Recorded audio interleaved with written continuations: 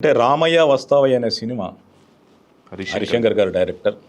దానికి cinema first schedule అంటే ఎన్టీఆర్ గారు దుర్యోధన గెటప్ అవును ఆ ఎపిసోడ్ షూట్ అయిపోయిన తర్వాత నా ప్రాజెక్ట్లోకి ఇన్వాల్వ్ చేశారు హరీష్ గారు. సరే చేసి నా ఫస్ట్ హాఫ్ నేరేషన్ వినమని చెప్పేసి వెళ్ళిపోయారు ఆయన. మార్నింగ్ సెషన్లో విన్నాను, లంచ్కి వచ్చారు. నేను ఫస్ట్ హాఫ్లో కథ అయిపోయింది, ఇక సెకండ్ హాఫ్ సినిమా ఏమీ లేదు అన్న. అనగానే హరీష్ గారికి కోపం వచ్చింది.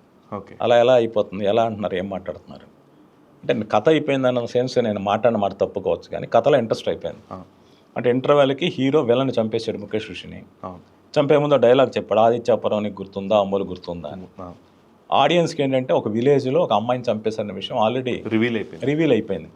పైగా నేను థియేటర్కి వచ్చే ముందే సినిమా టీజర్ కావచ్చు, పోస్టర్ కావచ్చు, ఇద్దరు హీరోయిన్లు కనపడ్డారు.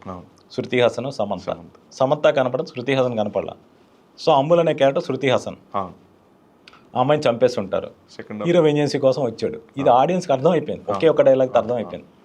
సో సెకండ్ హాఫ్ మొత్తాన్ని హోల్డ్ చేసే ఇంట్రెస్ట్ కథలో లేదు. సో ఇది నేను చెప్పే ప్రాబ్లం. చెప్పిన తర్వాత ఏంటి అంటే, సో ఆడియన్స్ అలాగే విలన్ చంపేశాడు. కథలో అంతవరకు కనపడే విలన్ అతనే.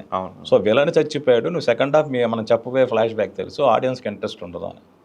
అంటే ఆ సినిమాకి రమేష్ రెడ్డి గారు, సతీష్ వేగేశ్న గారు అని ఇద్దరు సీనియర్ రైటర్స్ కూడా డైరెక్టర్. అవును. సో సతీష్ వేగేశ్న గారు కొంచెం నా మీద సీరియస్ అయ్యారు. ఎన్టీఆర్ గారు ఓకే చేసిన ప్రాజెక్టు, దిల్ రాజు గారికి నచ్చిన కథ, దిల్ రాజు గారి జడ్జిమెంట్ కూడా నువ్వు తప్పడతావు. ఇక్కడ నేను అది కాదు, నేను కథ విన్న తర్వాత నా ఒపీనియన్, పర్సనల్ ఒపీనియన్, నా ఒపీనియన్ ఇది అని. అంటే రమేష్ రెడ్డి గారు నేను అదే ఆర్గ్యూ చేస్తున్నానండి, వినిపించుకోవట్లేదు. అంటే హరీష్ గారు అన్నారు, సరే ఓకే మీ ఒపీనియన్ మీదే, నేను ఇదే తీస్తా ఇంటర్వల్. సెకండ్ హాఫ్ ఆడియన్స్కి నచ్చేలా ఎలా చేయాలి చెప్పండి అన్నారు. సో ఇదే సెకండ్ హాఫ్ ఏం మారదు, ఫ్లాష్ బ్యాక్ అదే అని.